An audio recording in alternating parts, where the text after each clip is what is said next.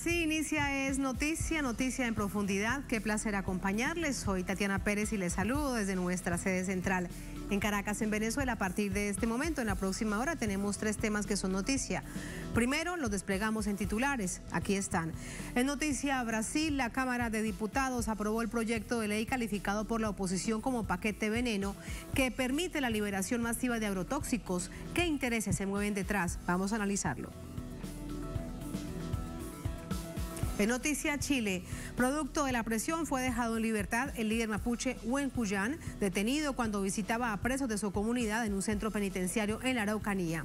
Nos preguntamos, con la llegada de Boric a la presidencia, ¿cambiará la forma y el contenido de la agresión de la relación del Estado con este pueblo originario? Vamos a analizarlo.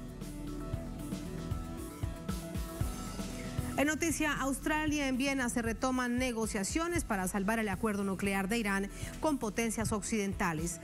Teherán exige que Estados Unidos retire las ilegales sanciones que se impusieron bajo la presidencia de Donald Trump, quien retiró a su país del pacto en 2018. ¿Hay escenarios para ello? Vamos a analizarlo. En noticia, casi comienza. Bienvenidos, bienvenidas.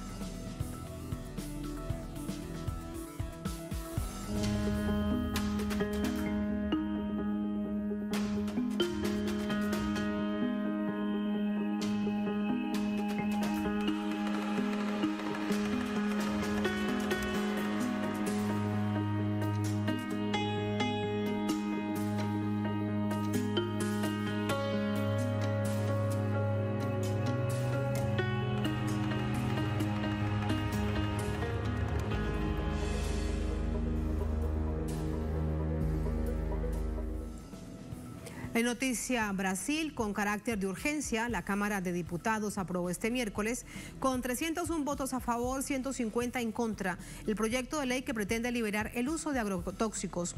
Ahora, el texto pasa al Senado. La Cámara de Diputados debatió y votó este miércoles el polémico proyecto denominado por la oposición como paquete del veneno, por su impacto ambiental negativo. El proyecto pretende flexibilizar el empleo de productos químicos para la agricultura y abrir el mercado a otros nuevos, incluidas sustancias altamente tóxicas y cancerígenas que están prohibidas por la Unión Europea y Estados Unidos. Para esto se prevé transformar el Ministerio de Agricultura, Ganadería y Abastecimiento en el principal organismo responsable del registro de agrotóxicos, dejando de lado a la Agencia Nacional de Vigilancia Sanitaria y al Instituto Brasileño de Medio Ambiente y de los Recursos Naturales Renovables, que solo podrían evaluar las sustancias. El texto, que es impulsado por una comisión especial, compuesta en su mayoría por diputados afines a la agroindustria, cuenta con el apoyo del poderoso Frente Parlamentario Agropecuario, que considera que se modernizará la legislación. Es la premisa presentada por los diputados oficialistas en el debate, en el que emplearon un discurso generalizado que desconoce los riesgos de estos químicos. Es impresionante el desconocimiento presentado aquí y la hipocresía. Tantas falsas noticias que la izquierda está divulgando aquí. Un saco de mentiras con la terminología usada de paquete de veneno. Nosotros aquí estamos defendiendo el avance de la legislación brasilera para garantizar que la tecnología y la ciencia prevalezcan y tengamos métodos agrícolas más avanzados, para incrementar la productividad y colocar en la mesa de los brasileros buena comida. Mientras tanto, organizaciones ambientalistas como Greenpeace Brasil manifiestan su preocupación sobre esta legislación. Las razones para oponerse fueron expuestas por varios diputados. Tengamos algo muy claro, este proyecto es altamente destructivo para la salud de la población, de los productores, de los trabajadores rurales. Es profundamente perjudicial porque ellos recogen esos químicos agrícolas que no tendrán fiscalización del ente de salud y otras organizaciones. Desde el punto de vista económico, estos recursos están siendo desechados en otros países y quieren traerlos para acá. Entonces, obviamente, eso perjudicará a Brasil. No podemos poner en riesgo la vida de la población, que ya está bastante vulnerable por la pandemia. La seguridad alimentaria debería ser prioridad del gobierno de Bolsonaro y no ponernos más en riesgo. Brasil ya es líder mundial en el consumo de químicos para la producción. El proyecto también pretende eliminar la palabra agrotóxico y usar el término pesticida, lo que para Greenpeace sería poner una máscara a la toxicidad de los productos. De acuerdo con la organización, desde que el presidente Jair Bolsonaro llegó al poder en enero de 2019, el gobierno ha liberado un número récord de agrotóxicos. Solo en 2021 se liberaron 550 agrotóxicos. Bolsonaro pisa el acelerador de las políticas neoliberales en un año electoral. Las prioridades en el último año de su mandato apuntan a ampliar las facilidades para la venta de armas a civiles, las privatizaciones estatales y la liberación de restricciones ambientales. Una vez sucedido esto en Cámara de Diputados, en la Cámara de Representantes, surgen muchísimas reacciones en un contexto muy complejo de país. De esto le preguntamos a nuestro corresponsal en Río de Janeiro, André Vieira. Hola André, muy buenas noches. Adelante con estas reacciones. Hola, Tatiana, saludos para ti, también para nuestra audiencia. Reacciones que comenzaron desde antes de esta aprobación. En la mañana de hoy, los artistas, diferentes personalidades de Brasil ya estaban movilizadas en las redes para denunciar que es considerado el paquete del veneno, Tatiana, no sé por qué pisa en el acelerador justamente de la aprobación masiva del uso de agrotóxicos aquí en Brasil. Las diferentes organizaciones están denunciando que el gobierno de Jair Bolsonaro y ahora la Cámara de los Diputados también pone el lucro por arriba de la vida de las personas y también del respeto, del cuidado, de la preservación del medio ambiente. Esto porque, como ustedes ya adelantaban en esta nota, la principal diferencia, el principal cambio que será realizado es retirar el Ministerio de Salud por medio de la Agencia de Vigilancia Sanitaria y también el Ministerio de Medio Ambiente por medio del Instituto de Medio Ambiente, el IBAMA, retirar estos órganos del debate sobre la liberación de los agrotóxicos aquí en Brasil. Afirman que para modernizar una legislación aquí en Brasil, pero actualmente Brasil ya avanza con niveles récords de liberación de agrotóxicos. Por ejemplo, en 3 años del gobierno de Jair Bolsonaro fueron más de 1.500 agrotóxicos aprobados aquí en Brasil. Brasil hoy representa el 20% del mercado mundial del agrotóxico y solamente durante el año 2020 fueron comercializados aquí en Brasil 686.000 toneladas de agrotóxicos. Esto representa un aumento de 80% si comparado a la última década. O sea que Brasil consume mucho agrotóxico en este momento y ahora con esta nueva ley Brasil aprobará de forma masiva, automática, esa liberación de los agrotóxicos. Los partidos políticos reaccionaron afirmando que si esto es aprobado, una vez que pasó ahora por la Cámara de los Diputados, necesita pasar por el Senado antes de ser aprobado por el presidente de la República. Los partidos de la oposición afirman que si es aprobado en el Senado y aprobado por el presidente de la República, que llevarán este tema a la Suprema Corte aquí de Brasil, denunciando que esto es inconstitucional, que el Ministerio de Salud y también el Ministerio de Medio Ambiente no pueden estar alejados de este debate de la liberación de los agrotóxicos aquí en el país, que el medio ambiente y la salud de las personas son muy importantes, así que estos partidos de la oposición afirmaron que llevarán el caso a la justicia, a la Suprema Corte de Brasil, para buscar impedir el avance de esta aprobación o el avance del uso indiscriminado aquí del agrotóxico por parte de estos ruralistas, que fueron los mismos que aprobaron el día de hoy. Los ruralistas, Tatiana, mostraron el día de hoy que tienen 2/3 de la Cámara de los Diputados, una vez que ganaron con 301 votos contra 150 votos de las personas, de los diputados que votaron contra este proyecto de ley. O sea que todavía ese proceso está en desarrollo. La Cámara aprobó en carácter de urgencia, ahora pasará para el Senado y luego llegará a la presidencia de la República, pero los movimientos sociales y también los partidos de izquierda prometen judicializar y también se movilizar en las calles, dialogando con la sociedad para demostrar el peligro que es la aprobación indiscriminada de los agrotóxicos aquí en Brasil, Tatiana. Gracias, André. Todos estos puntos que nos cuentan los vamos a someter al análisis. Gracias, muy buenas noches. Buenas noches. Para ello nos acompaña Tulio Ribeiro, es economista, historiador, profesor, analista, nos acompaña también desde Río de Janeiro. Profesor Ribeiro, muy buenas noches, bienvenido. Muchas gracias por hablar contigo, importante periodista Tatiana Pérez, y también a larga audiencia de Telesur en todo el mundo. Es un placer. Muchísimas gracias, profesor Ribeiro. El placer es nuestro.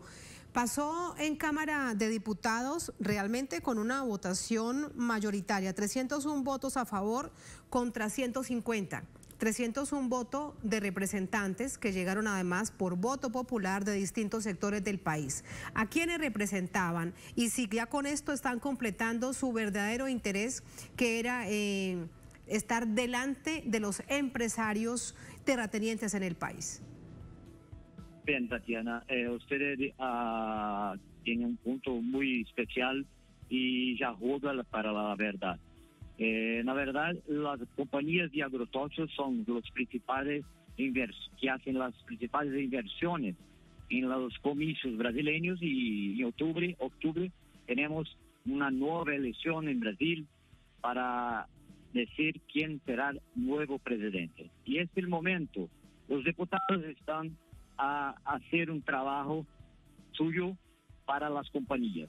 El Brasil es igual a los otros países más pobrecitos que están en la mano de la BASF, Bayer, FMC, Corteva y Syngenta. Son las principales compañías mundiales y también quien tiene el control del mercado brasileño. Entonces, lo que pasa en el Congreso es que los diputados que reciben apoyo de estas compañías de años y años están haciendo su trabajo. El trabajo de hacer un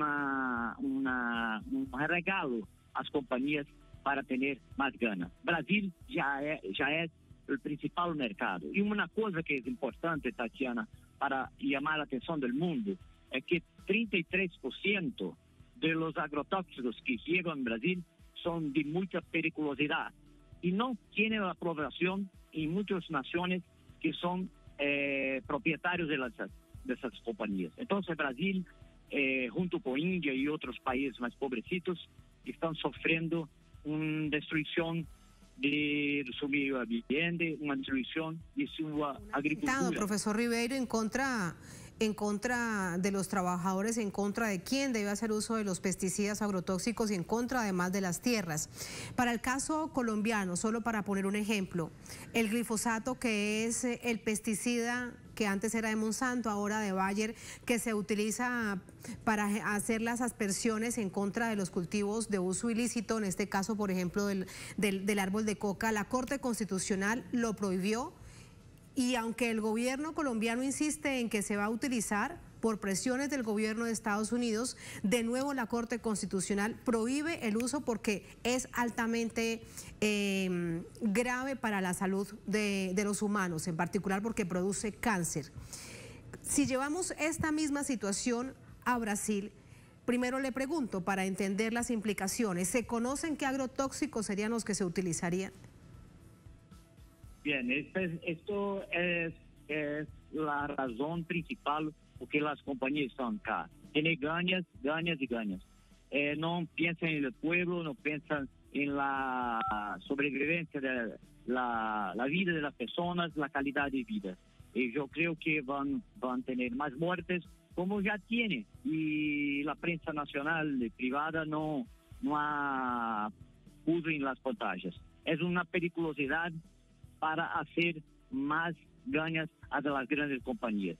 Yo creo que el Supremo Tribunal Federal de Brasil debería tener una acción junto con el pueblo para sí decir un gran no a esta cosa, porque están a amenazar a la vida de las personas, destruir la agricultura brasileña. Y hablando un poco de economía, porque tiene una significación de parte de la renta de la agricultura brasileña, buena parte vuelta para las grandes naciones capitalistas, porque tiene que pagar y tiene la dependencia del agrotóxico. Eso es lo que pasa en Brasil, una periculosidad, una nación que es solo un mercado para esta compañía. No tiene ningún respeto. Y año após año, con los comicios, estas grandes compañías hacen las elecciones a diputados que ahora están haciendo su trabajo. Un trabajo sujo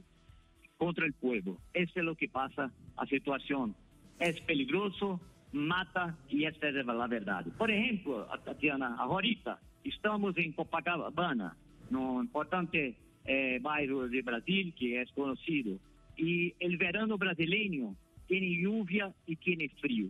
Esto es la situación de lo que están haciendo con la Amazonia, la destrucción del medio ambiente. Y sí, las compañías solo tienen este interés.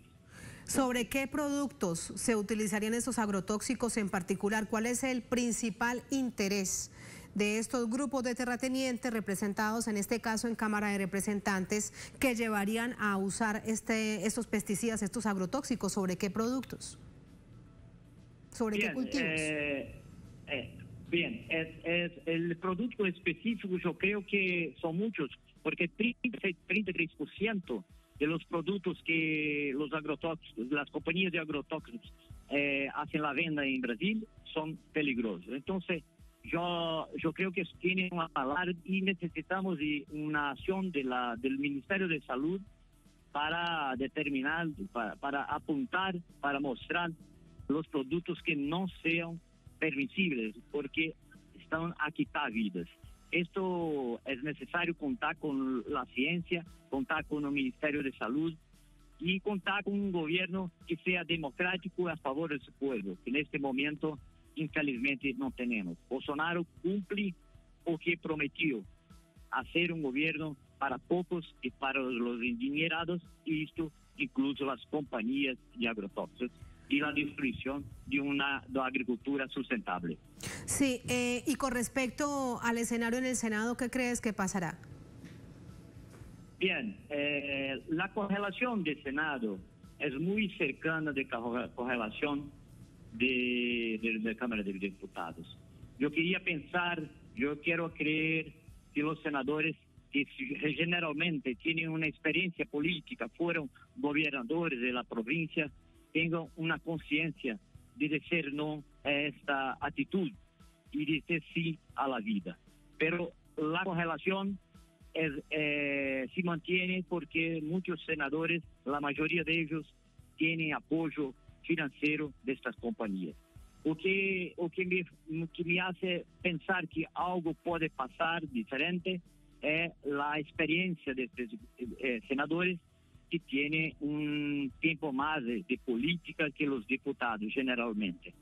Si pasa, vamos al Supremo Tribunal y cabe al pueblo decir no quiero morir para regalar ganas a las compañías de agrotóxicos.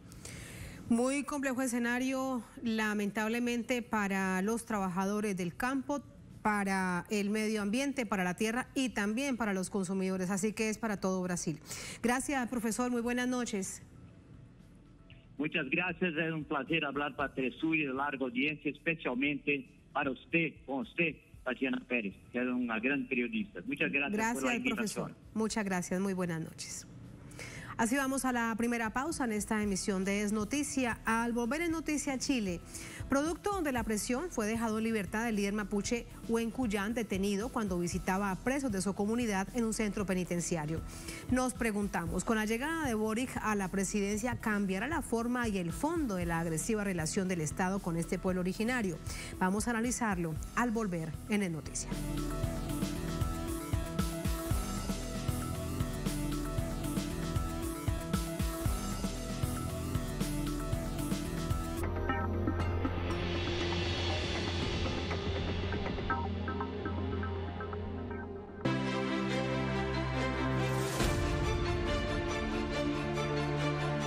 Nuestra señal es abierta porque Telesur siempre da más.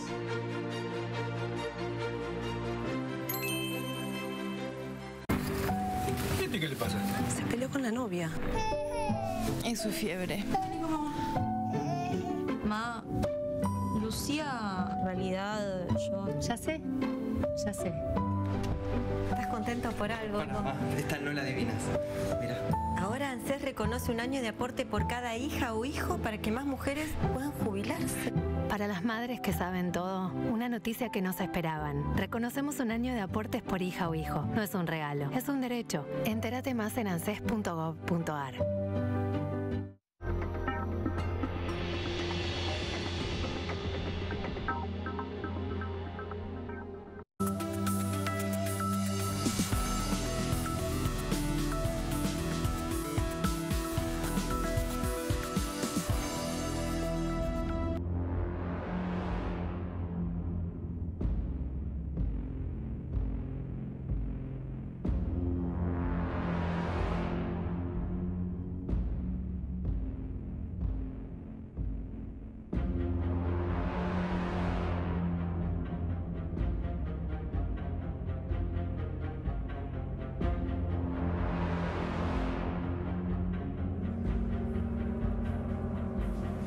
En noticia, Chile fue dejado en libertad como consecuencia de la presión de movimientos sociales. El líder mapuche Jaime Huenchuyán, detenido cuando visitaba a presos de su comunidad en un centro penitenciario.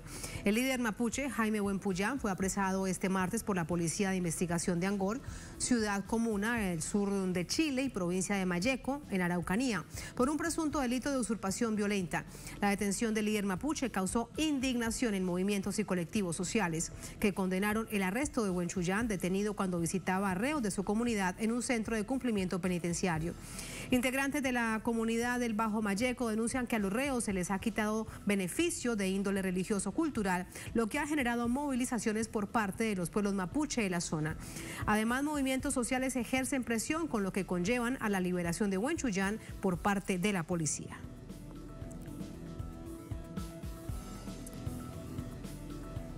Han denunciado además que se trata de una agresión más por parte del gobierno del presidente Sebastián Piñera, en este caso de la policía, en contra de las comunidades originarias.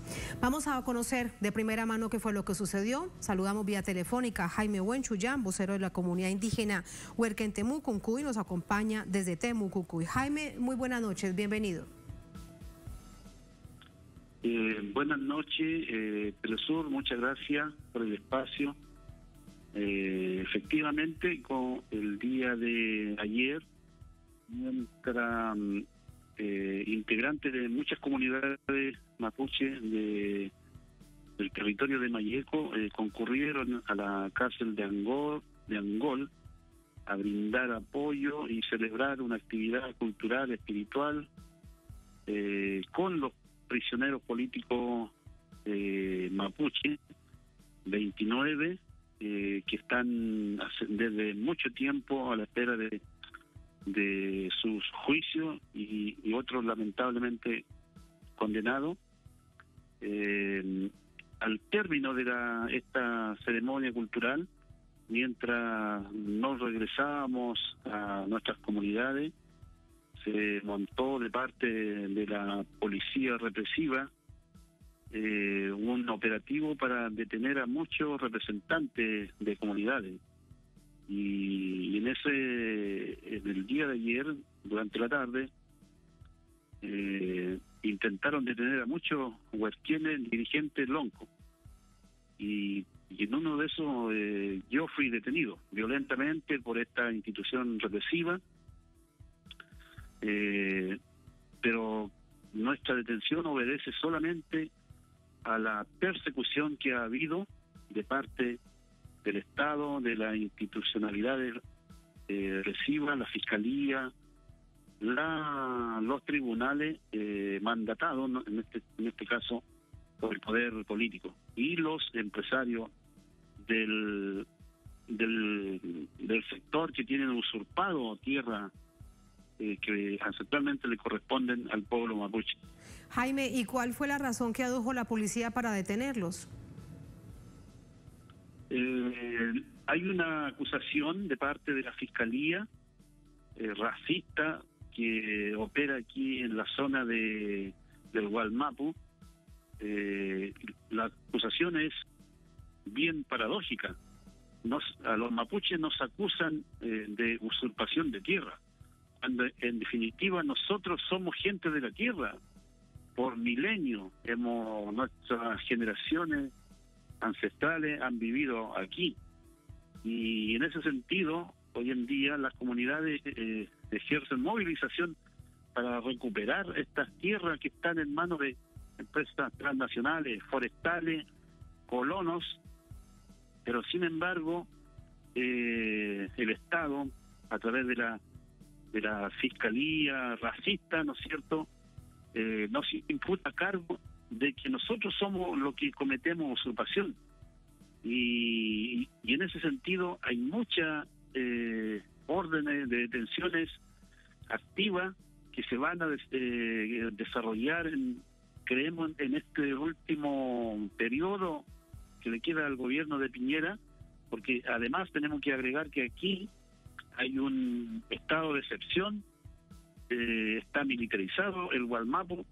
y se ha generado toda una presión, ¿no es cierto?, de los sectores reaccionarios de derecha, de racista, en contra del movimiento mapuche. Y entonces en ese sentido están apareciendo esta orden de detenciones una forma, Jaime, del gobierno de mostrar resultados, es decir, que los detienen, aparece un titular unas horas y después los dejan en libertad porque no hay razones para que sigan detenidos. Efectivamente, aquí creo que este gobierno criminal de Piñera, ¿no es cierto?, ellos son los que han cometido ilícito, ellos los que han cometido saqueo, han cometido robo, desfalco de parte de las instituciones represivas, y sin embargo quieren mostrar ante la sociedad mediante los medios de comunicación hegemónicos, ¿no es cierto?, resultado, operatividad, y lo hacen en contra del movimiento mapuche, para deslegitimar una causa, ¿no es cierto?, histórica, de resistencia que ha desarrollado el pueblo mapuche. Pero tenemos que mencionar lo que ha cumplido o viene practicando la Fiscalía. Cuando se trata de, ¿no es cierto?, de buscar justicia por hermanos mapuche, la justicia es, ¿no es cierto?, es inoperante, no es eficiente. La misma Fiscalía de Victoria, la que ha ordenado detención en contra de nosotros, cuando se trata, los agresores, en este caso, son no mapuche, mandatados por los colonos, teniendo todos los argumentos, los antecedentes para formalizar, en este caso, han hecho omisión para, ¿no es cierto?, aplicar justicia a los mapuches. Pero cuando quiere acusar a los mapuches, ahí son operativos, ahí son eficientes, ahí montan todo un operativo, ¿no es cierto?, un despliegue desmedido, represivo, policial y militar para detenerlo, y en ese sentido mostrar ante la sociedad que la lucha mapuche es ilegítima. Jaime, de hecho, a las comunidades originarias, a ustedes como pueblo mapuche, se les acusa de todos los males en esta región de la Araucanía, pero en todos los lugares en donde ustedes se encuentran, no solamente de usurpación de tierras, también de quemar camiones, de atentar contra la policía, ya sea carabineros u otros tipos de funcionarios del gobierno. ¿Cómo asumen ustedes todas estas acusaciones que son de manera permanente y desde hace décadas en contra de las comunidades originarias? Sí, efectivamente, todo, ¿no es cierto?, desde que se instaló mediante la fuerza militar y el genocidio del Estado chileno en el territorio mapuche, nos han catalogado de distintos, ¿no es cierto?, calificativos: bárbaros, ¿no es cierto?, delincuentes, terroristas, y hoy en día es común escuchar el término de narcotraficantes, cuando en definitiva lo que ha habido son expresiones, ¿no es cierto?, legítimas de lucha, de resistencia por continuar en nuestro territorio, por recuperar el territorio que ha sido usurpado, ¿no es cierto?, saqueado. Hoy en día las forestales tienen millones de hectáreas usurpadas, y eso ha significado, ¿no es cierto?, hoy en día el déficit hídrico, el agua, ¿no es cierto?, los recursos naturales lo han explotado, de manera así aberrativa. Y lo que hace el movimiento mapuche es frenar todo ese saqueo solamente, porque queremos continuar como nación libre, ¿no es cierto?, en nuestro territorio. Sí, Jaime, si ubicamos una fecha de esta usurpación de tierras, nos deberíamos, yéndonos un poco hacia atrás, en la dictadura de Augusto Pinochet. Claro, una gran parte ahí se consolidó, se legalizó la usurpación en plena dictadura militar. Pero esto viene más allá. Cuando, ¿no es cierto?, el Estado chileno mediante el ejército invadió el territorio mapuche entre 1860 a 1881. Ahí lo que se es conocido como la pacificación de la Araucanía, cuando en definitiva fue un genocidio agravado de parte del Estado chileno en contra del pueblo mapuche. Desde ahí que se viene, ¿no es cierto?, negando a la nación mapuche. Y desde ahí que ningún gobierno ha tenido la voluntad de abordar y reconocer, ¿no es cierto?, la usurpación de tierra. Y no han buscado los mecanismos de cómo resarcir, reparar y devolver, ¿no es cierto?, parte del territorio que le asiste a la nación mapuche. Ni siquiera, Jaime, mecanismos de diálogo, de encuentro a través de otras instancias durante ningún gobierno. No, ningún gobierno ha tenido, post dictadura militar, ha tenido esa voluntad, ¿no es cierto?, o el mecanismo de solución, pero profunda, de transformación, de cambio. Siempre ha habido, de parte de ellos, una visión más de integración, ¿no es cierto?, de medidas asistenciales, cuando en definitiva ninguna de esas medidas han venido a solucionar. Al contrario, sus medidas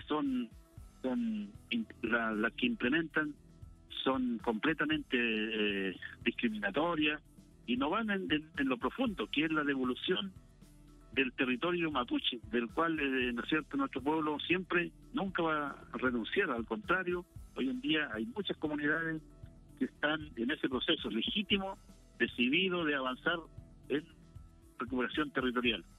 Jaime, me quedan dos preguntas por hacerle, dejando esta situación histórica en la que entendemos lo que significa también de esta lucha de carácter histórico.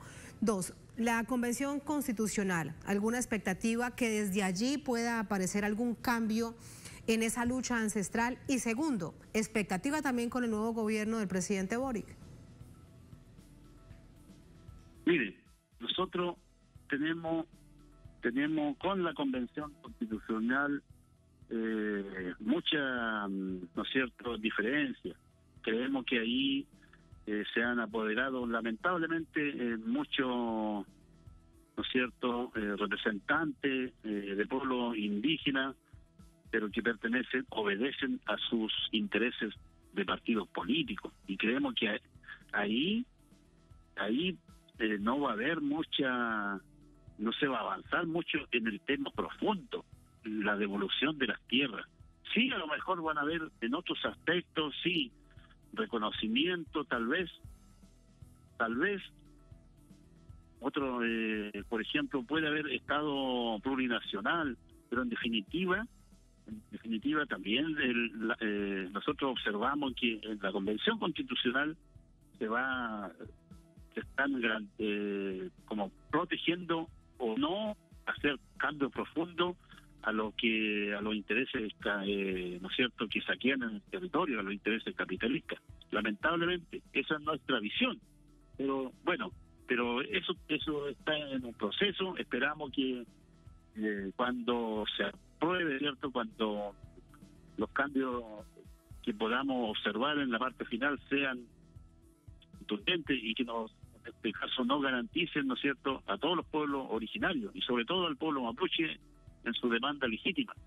Y con respecto al gobierno de Boric, esperamos que dé señales profundas que que no continúe y no repita, ¿no es cierto?, con la clásica política de los gobiernos anteriores, porque en definitiva el pueblo mapuche aquí está decidido a continuar, ¿no es cierto?, en su movilización, independientemente haya represión, ¿no es cierto?, haya militarización, haya persecución.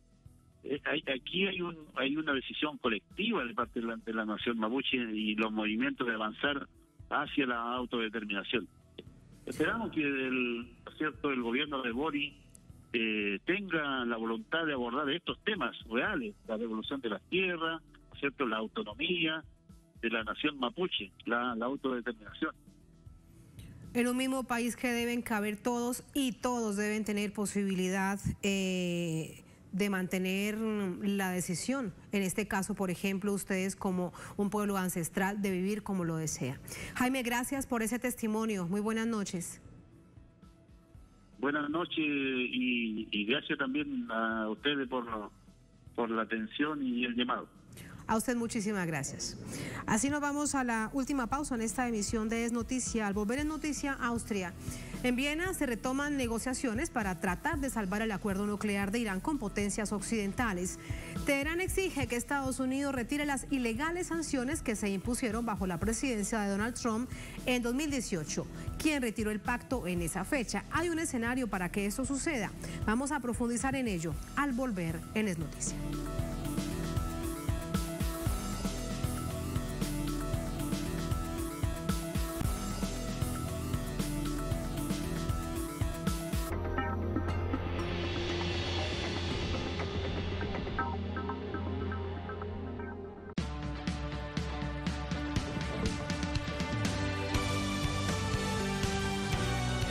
Telesur siempre da más.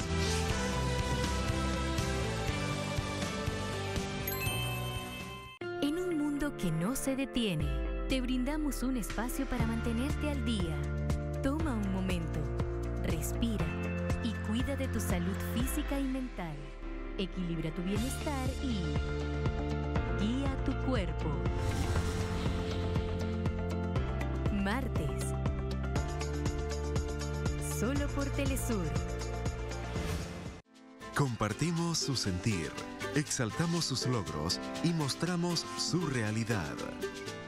Nuestro enfoque es global y nos mantiene en sintonía con los pueblos.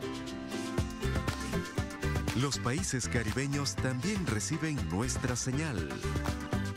Con entusiasmo seguiremos transmitiendo para ellos, porque somos Telesur, la señal informativa de América Latina y el Caribe.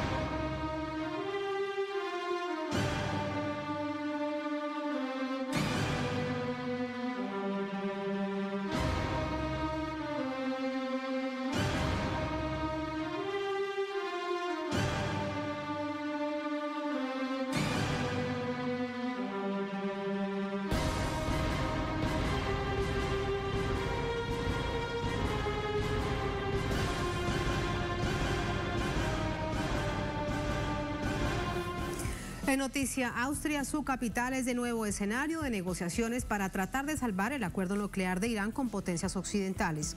Estados Unidos participa en forma indirecta. Los contactos se reiniciaron luego de 11 días de pausa, en la que los equipos negociadores de Alemania, Francia, Reino Unido, China, Rusia e Irán consultaron con sus respectivos gobiernos sobre el estado actual del proceso.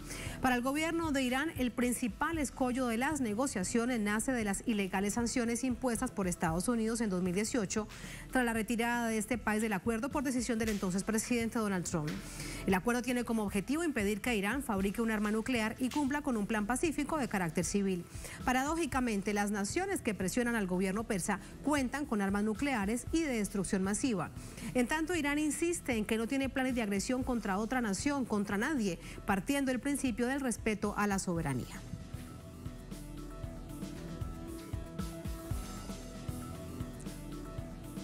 Así entramos al análisis. Para ello nos acompaña Francisco Coloane, sociólogo, político, analista de vasta trayectoria internacional, es funcionario de la ONU en Oriente y Oriente Medio, nos acompaña desde Santiago. Doctor Coloane, muy buenas noches, bienvenido. Buenas noches, gracias por el contacto. ¿Cómo le va? Muchas gracias.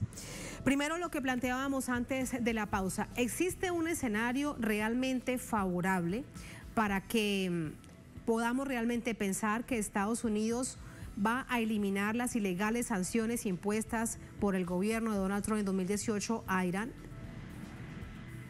Pienso que no. Yo tengo una visión realista, más que pesimista del asunto, porque en primer lugar la administración Joe Biden está siendo muy cooptada, permíteme usar ese término, por la dinámica de la política interna en Estados Unidos, particularmente las elecciones de noviembre, que según las encuestas la administración de Biden va a ser derrotada, digamos, en la renovación del Congreso. Eso en primer lugar. En segundo lugar, Estados Unidos no creo que esté interesado, la administración de Biden, no creo que esté muy interesado en realmente volver al compacto del tratado como estaba en 2015, el tratado que rompió Donald Trump. Porque cambió la geopolítica, cambió la dinámica política regional y también global del tema de las potencias y el tema hegemónico. Hoy día es una realidad diferente a la del 2015.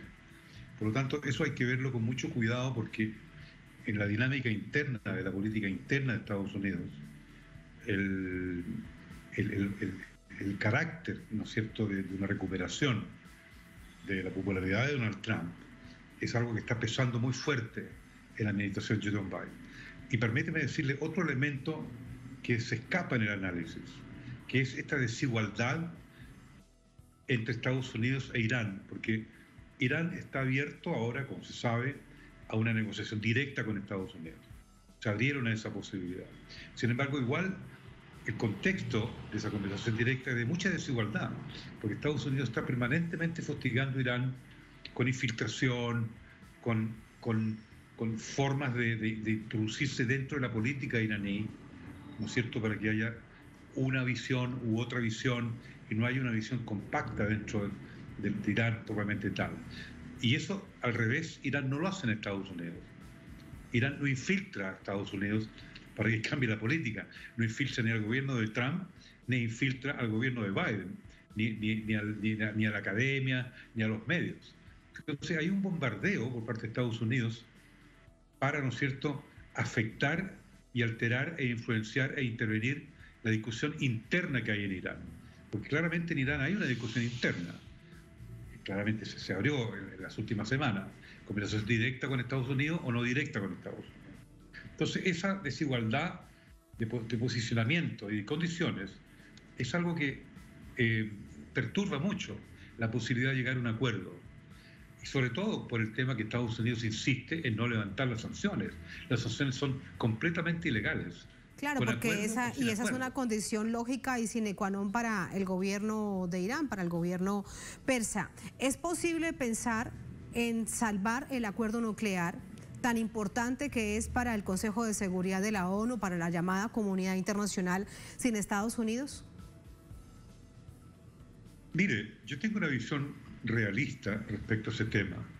Es decir, el acuerdo en 2015 era fundamental. Incluso yo escribí una nota diciendo que era un acuerdo matriz en términos de desnuclearización de la región. Sin embargo, Israel no está interesado en denuclear la región. Israel está interesado en mantener su poderío nuclear.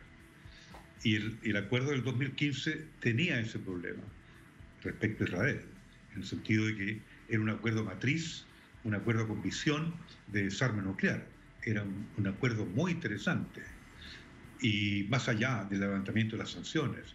Por lo tanto, yo creo que hoy, como está la situación en Ucrania, con Rusia, Estados Unidos, la OTAN, como está la situación en el Mar Sur de la China, como está toda esta política de desestabilización que Joe Biden la está recuperando como la última administración, el último periodo de Barack Obama, ¿no es cierto?, que se dedicó a desestabilizar gobiernos en el norte de África y particularmente Siria y tratar de desestabilizar Irak también. Entonces hoy la administración de Joe Biden está en la misma tesitura, está en la misma morfología o caracterización de desestabilizar gobiernos. Y con el respecto al acuerdo nuclear respecto a Irán, ¿no es cierto?, está siempre eso detrás, ¿no es cierto?, de la posibilidad de Estados Unidos de desestabilizar el gobierno. Doctor Coloane, por todo eso que usted nos dice, lo que uno piensa entonces es que es una pérdida de tiempo y, como bien conocemos de los demócratas, jugando a dos bandas. Conversemos, presentemos ante la opinión pública mundial que sí somos demócratas, que buscamos la diplomacia, el consenso, y de otro lado actúan igual que los republicanos. Exactamente, es decir, y no solamente eso, yo creo que los republicanos actúan a dos bandas, son más directos. Los demócratas actúan a 3 y 4 bandas, porque tienen una confluencia de intereses que los republicanos ¿Cuáles son esas otras bandas, doctor Cola, en la tercera y la cuarta de los demócratas? Bueno, ellos tienen que trabajar con la socialdemocracia, tienen que trabajar con la derecha interna que tienen los demócratas, una derecha bien reaccionaria, tienen que trabajar con los grupos de interés, digamos, que son repartidos por el medioambientalismo, el calentamiento de la tierra, el feminismo, que también es un grupo de interés, y otra serie de alternativas, ¿no es cierto?, políticas que hoy día están saliendo en el mundo. Por lo tanto, los demócratas es un conglomerado, un caleidoscopio, ¿no es cierto?, mucho más nutrido, mucho más diría yo, mucho más diverso que el Partido Republicano, que es un partido que tiene coordenadas bastante básicas, que son la economía, los impuestos más bajos, una hegemonía con determinadas coordenadas, con determinados paradigmas. Ellos tienen digamos, incluso el neoconservadurismo hoy día es mucho más presente, me refiero a aquel neoconservadurismo que permitió la invasión a Irak y que la produjo y que la impulsa. Tiene mucho más presencia ese neoconservadurismo en la administración de Joe Biden que la tenía en la administración de Trump. Los neoconservadores prácticamente fueron barridos de la administración de Donald Trump, no gobernó con la política internacional con los neoconservadores. Y eso es lo que estamos viendo ahora, un regreso del neoconservadurismo. ¿En qué consiste esa ideología? Hegemonía a toda costa, ahora o nunca. Es decir, ese es el eje del neoconservadurismo que en este momento está un poco invadiendo, o bastante invadiendo, la administración de Joe Biden. Y a nivel interno, sí, y a nivel interno, en todo este contexto, sí, doctor Coloane, el lobby sionista, el lobby de Israel, para que no se avance en este proceso, ¿cómo juega? Exactamente, el lobby de Israel es fundamental. Y hoy día es mucho más que antes. Digamos, el lobby de Israel, por lo menos, dio la voz de alarma hacia Trump, y Trump rompe el tratado para tener, ¿no es cierto?, el lobby de Israel con él y que lo apoyara en la reelección. Y la mitad del lobby de Israel traicionó a Trump. No estuvieron con Trump. Eso quedó claro, no lo estoy diciendo yo porque lo inventé. El lobby de Israel no apoyó a Trump en su mayoría. Fueron fracciones del lobby de Israel que apoyaron a Trump. Y ahora el lobby de Israel es mucho más prominente con esta administración, ¿no es cierto?, en este tema del tratado, en el sentido de impedir que el tratado llegue a puerto con las características del 2015, que es el objetivo de Irán. Es un objetivo sano, políticamente hablando, un objetivo Coloane, y ese objetivo está obvio. Sí, es que usted nos habla de todas estas situaciones tan complejas y surgen muchísimas preguntas. Y otra de ellas es si ese objetivo del 2015 también lo mantienen las otras potencias occidentales que están, sí, sentadas en Viena conversando. No hablamos en este momento de negociación, conversando, por lo menos como han dicho, mirándose cara a cara y diciéndose las verdades. Exactamente. Es un nuevo episodio y tiene que haber un nuevo análisis, porque la coyuntura de hoy día es diferente. en términos de las potencias y en términos del orden mundial y en términos de las posibilidades que existen más ciertas de una confrontación que de una salida pacífica a los conflictos. Estoy hablando de Rusia, China, Ucrania y en general. Hay problemas en Irak hoy día, hay problemas en el norte de China con los balochis, está el tema de Pakistán, ¿no es cierto?, con India, hay tensiones nuevas. Por lo tanto, el Irán, en su acuerdo, está rodeado de este nuevo contexto que lo hace aún más difícil por las otras determinantes que rodean, ¿no es cierto?, el panorama internacional. Para concluir, entonces, sí se mantiene la intención de las naciones que están en este momento en Viena, digamos, la intención real de querer sacar adelante este acuerdo tal como había sido suscrito en 2015, salvo por Estados Unidos. ¿Crees que por lo menos ese espíritu sí se mantiene? Yo pienso que sí. Yo pienso que se mantiene en Rusia, Alemania, Francia y China, claramente. En Estados Unidos es donde está el problema, por la variable política interna de Estados Unidos. La presión interna para que, según mi opinión, para que no haya acuerdo. Sin embargo, Estados Unidos tiene una responsabilidad internacional. A mí la declaración de un personero del Departamento de Estado, que hoy día el acuerdo puede que ni siquiera pase el Congreso, no es binding, no es vinculante en el Congreso norteamericano. ¿Qué le está diciendo eso? Que el Congreso puede que rechace un nuevo acuerdo, una nueva negociación que surja de esta ronda en Viena. Entonces ahí hay el elemento interno de la política interior de Estados Unidos que efectivamente está dividido respecto a si hay o no hay acuerdo con, digamos, respetar el acuerdo en las líneas originales del 2015. Doctor Kolohane, muchísimo. Claro, lo entendemos perfectamente, así lo despido. Un placer como siempre, muchas gracias. Gracias a ustedes. Muy buenas noches. Gracias a ustedes por habernos acompañado. Ponemos punto final a esta emisión de noticias. Será hasta mañana. Sigan con nosotros.